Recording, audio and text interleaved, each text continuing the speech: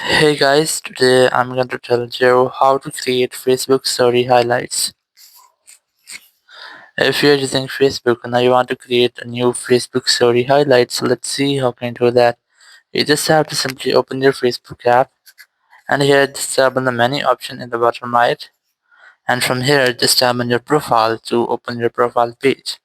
Now on your profile page you just have to tap on the three dots under your profile and then select the archive section to see your archive stories. Here you have the story archive, so you just have to select story archive, and here you'll see all of your stories you have in pods. So once you find your story you just have to select anyone from here.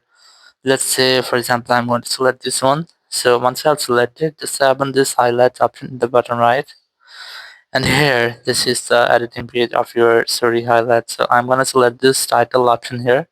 Just enter a title for your story.